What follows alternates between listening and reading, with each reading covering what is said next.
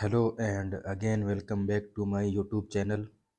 उम्मीद करते हैं आप सब एकदम फर्स्ट क्लास होंगे। तो अब हम बात करेंगे एक और वैकेंसी के बारे में जो कि उत्तराखंड अधीनस्थ सेवा चयन आयोग की तरफ से आई हुई है।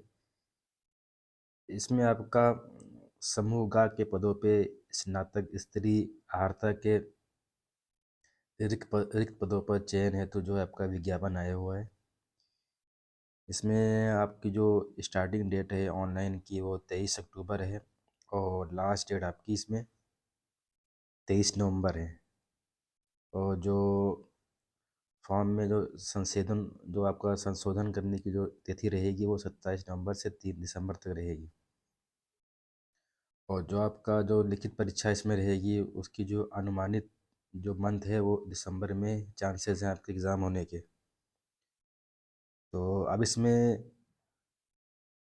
सहायक समाज कल्याण अधिकारी क्या इसमें आपके 16 पद हैं और इसमें सहायक अल्पसंख्यक कल्याण अधिकारी के 5 पदों पे वैकेंसी है और मुंसलिम तथा रीडर के 14 पदों पे वैकेंसी है। कार्यालय सहायक तृतीय के 10 पदों पे है। कार्यालय सहायक तृतीय के 10 पदों पर है और इसे सहायक समीक्षा अधिकारी के 3 पदों पर है और फोरमैन परिसंपत्ति के 1 पद इसमें है। ग्राम पंचायत विकास अधिकारी के 137 पदों पे वैकेंसी। क्षेत्रीय युवा कल्याण एवं प्रांतीय रक्षक दल अधिकारी के 33 पदों पे वैकेंसी। इसमें आपके टोटल जो पद हैं सब मिला करके वो 229 पद भी है। अप्लाई करने के लिए आपको www.SSC.uk.gov.in पे जाना पड़ेगा। यहाँ पे जा कर के आप इसमें अप्लाई कर सकते हैं। तो सबसे पहली पोस्ट है वो आपकी सहायक समाज कल्याण अधिकारी की है। इसमें आपके टोटल 16 पद हैं और इसमें जो आपकी जो सैलरी बनेगी वो लेवल 5 के अकॉर्डिंग 29,000 से लेकर के 92,000 तक सैलरी बनेगी। और इसमें आपकी 41 से लेकर के 42 तक की एज है और इसमें अंशदायी पेंशन आपको इसमें रहेगी। इसमें आपके पास ग्रेजुएशन अगर है किसी भी इंस्टीट्यूट से किसी भी फील्ड में तो आप इसके लिए एलिजिबल हैं। दूसरी जो आपकी पोस्ट है वो सहायक अल्पसंख्यक कल्याण अधिकारी। इसमें आपके टोटल 5 पोस्ट हैं। इसमें 29,000 से लेकर के 92,000 तक सैलरी बनेगी। एज भी वही सेम है। इसमें आपके पास ग्रेजुएशन डिग्री होनी चाहिए और इसके साथ साथ कंप्यूटर एप्लीकेशन प्रमाण पत्र आपके पास होना चाहिए। किसी भी इंस्टीट्यूट या सहायक अल्पसंख्यक कल्याण अधिकारी हेतु केंद्र या राज्य सरकार द्वारा मान्यता प्राप्त है। तो आपके अगर केंद्र या राज्य सरकार द्वारा मान्यता प्राप्त कोई भी संस्थान है वहाँ से आपके पास कंप्यूटर एप्लीकेशन में आपका पास प्रमाण पत्र होना चाहिए और ग्रेजुएशन डिग्री आपके पास होनी चाहिए।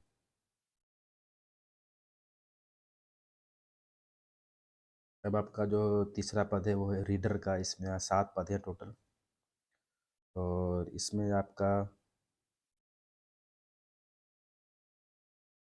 टोटल मिला करके 7 पद इसमें भी बताया गया। 29,000 से लेकर के 92,000 तक सैलरी इसमें है। इसमें आपके पास ग्रेजुएशन डिग्री होनी चाहिए और हिंदी टंकन में आपके पास न्यूनतम 4,000 kbps की गति होनी चाहिए।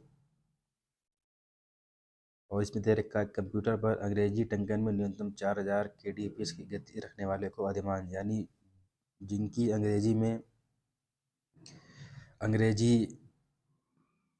में आपकी टंकन में आपकी न्यूनतम 4,000 kbps है तो उनको वरीयता दी जाएगी, वो उनको प्रेफरेंस ज़्यादा दिया जाएगा हिंदी के कंपैरिजन में।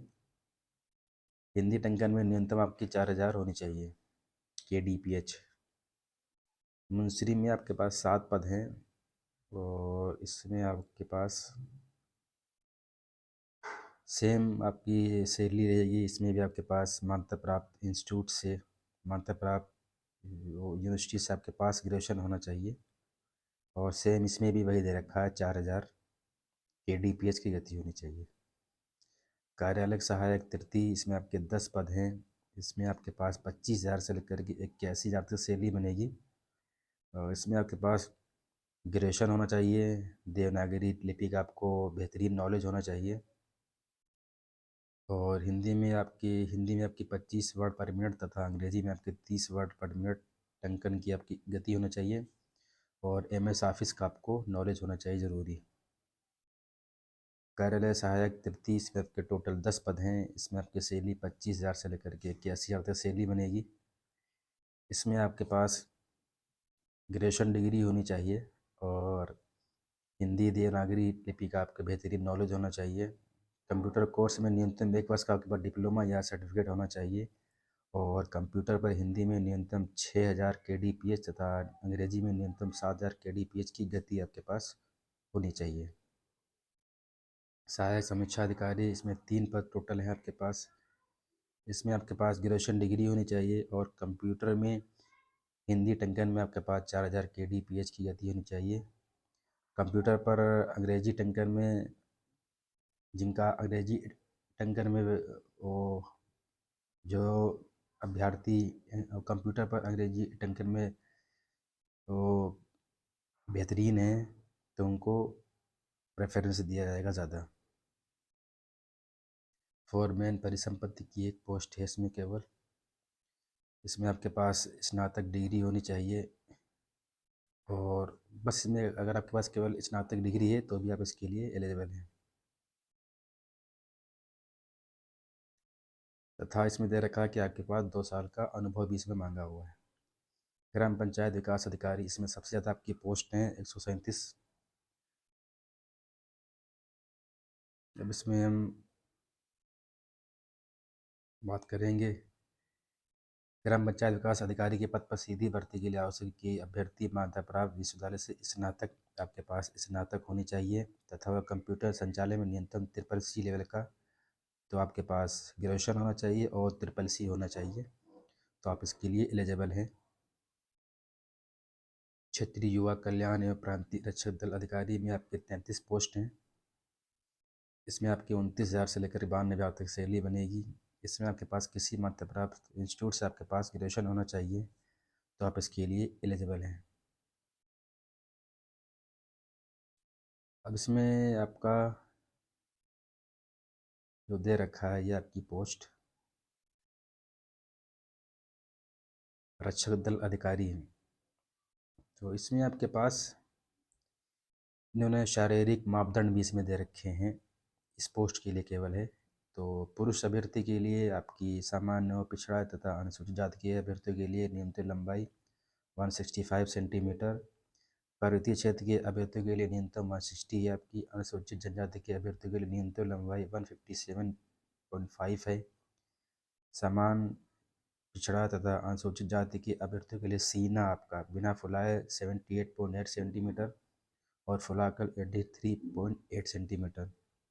और ऐसे पर्वतीय क्षेत्रों के लिए या अनुसूचित जनजाति के अभ्यर्थियों के लिए सीना बिना फुलाए 76.3 और फुलाकर आपका 81.3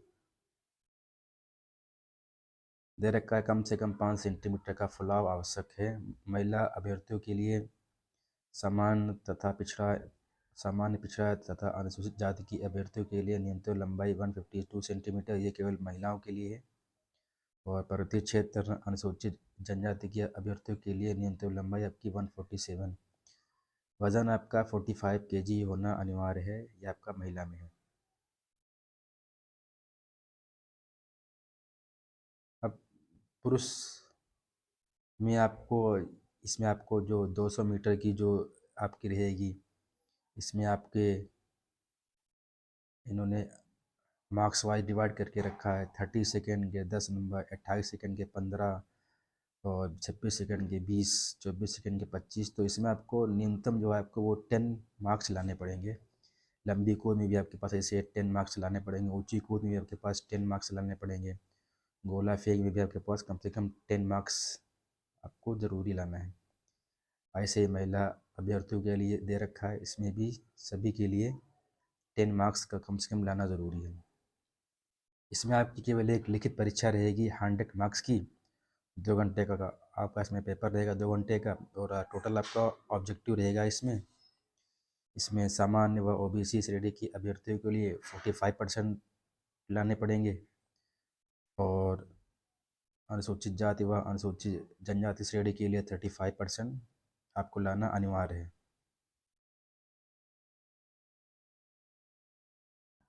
इसमें दे रखा है लिखित परीक्षा की पर्सनल बुकलेट परीक्षा के पश्चात आप अपने साथ ले जा सकते हैं। कई कई जैसे आप यूपी में देखेंगे जो कई एग्ज़ाम होते हैं या अदर स्टेट में होते हैं तो वहाँ वो बुकलेट वगैरह भी सब कुछ जमा कर लेते हैं, लेकिन यहाँ पे ऐसा नहीं होगा।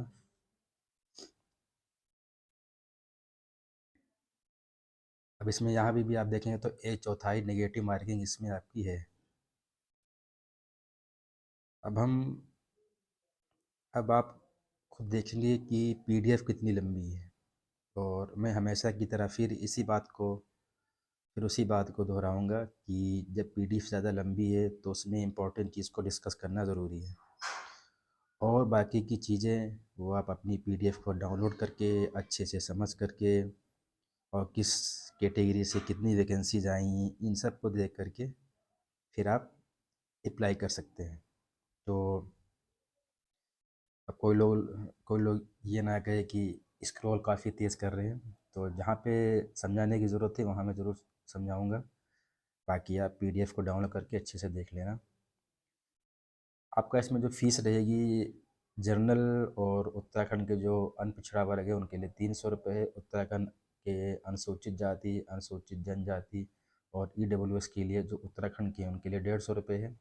उत्तराखंड के जो दिव्यांग हैं उनके लिए 150, और जो अनाथ हैं उनकी कोई फ़ीस नहीं है। बाकी सभी दे रखा है कैसा आपका नेचर होना चाहिए, एग्ज़ाम हॉल में आपको क्या करना है, कैसे नहीं करना है। बाकी बाकी इसमें अब आपका यहाँ पे सिलेबस दे रखा है। ये 20 नंबर का आपका रहेगा सामान्य हिंदी भाषा और साहित्य में। तो आप इसको ये सिलेबस टोटल देख लेना इसको। हिंदी साहित्य का सामान्य परिचय आपका 12वीं तक की जो आपका पाठ्यक्रम रहता है वहाँ से आएगा ये। फिर भाग 2 में आपका ये रीजनिंग वगैरह रहेगी। इसमें आपकी रीजनिंग है, दर्पण एवं जल प्रतिबिंब है, और बाकी चीज़ें शाब्दिक मानसिक योग्यता परीक्षण है, ये सब दे रखा है इसमें सिलेबस में ही। फिर आपका फंडामेंटल ऑफ कंप्यूटर्स, ये आपका सिलेबस इसमें दे रखा है। तो इन्होंने अच्छे से डिवाइड करके रखा है, अच्छे से एक्सप्लेन करके रखा है सिलेबस को भी। इतिहास का अलग, भारत एवं विश्व, ये सब इन्होंने पूरा अलग से दे रखा है। ये आपका टोटल सिलेबस है जो आपका रिटन एग्ज़ाम में आएगा, जो आपका ऑब्जेक्टिव बेस पे रहेगा। ये देखेंगे भूगोल का दे रखा है, भारत एवं विश्व। राजनीति विज्ञान आपका दे रखा है इसमें, और आपका इंडियन पॉलिटी आपका दे रखा है। तो ये ज़्यादातर इन्होंने सिलेबस सारी फील्ड से कवर किया हुआ है, सारे इसमें सब्जेक्ट आपको मिलेंगे। अर्थशास्त्र आपका दे रखा है, और जो आपकी करंट अफेयर्स वगैरह हैं, नेशनल इंटरनेशनल स्टेट्स, वो सब इसमें दे रखा है, और उत्तराखंड से संबंधित जानकारियाँ भी आपको नॉलेज होना चाहिए। बाकी इसमें इतना ही दे रखा है, और काफ़ी अच्छी वैकेंसी 229 वैकेंसी हैं, और ग्रेजुएशन मांगा हुआ है, और कुछ कुछ वैकेंसीज में ट्रिपल सी है, किसी में नॉलेज कंप्यूटर मांगा हुआ है, लेकिन सभी वैकेंसीज में इन्होंने ग्रेजुएशन मांगा हुआ है। तो अगर आप इसके लिए एलिजिबल हैं, आपके पास कंप्यूटर कोर्स है, तो आप इसके लिए ज़रूर ज़रूर अप्लाई करें। और रिटन एग्ज़ाम होगा आपका, ज़्यादा बड़ा एग्ज़ाम नहीं, जो आपकी मेरिट बनेगी वो भी आपकी रिटन के बेस पे बनेगी मेरिट। तो आप जितनी अच्छी परफॉर्मेंस रिटन में कर देंगे उतना आपके चांसेस ज़्यादा बन जाएंगे सिलेक्शन होने के, और वैकेंसी भी काफ़ी ज़्यादा हैं। तो आप इस फॉर्म को ज़रूर फिल करें। Okay, thank you very much.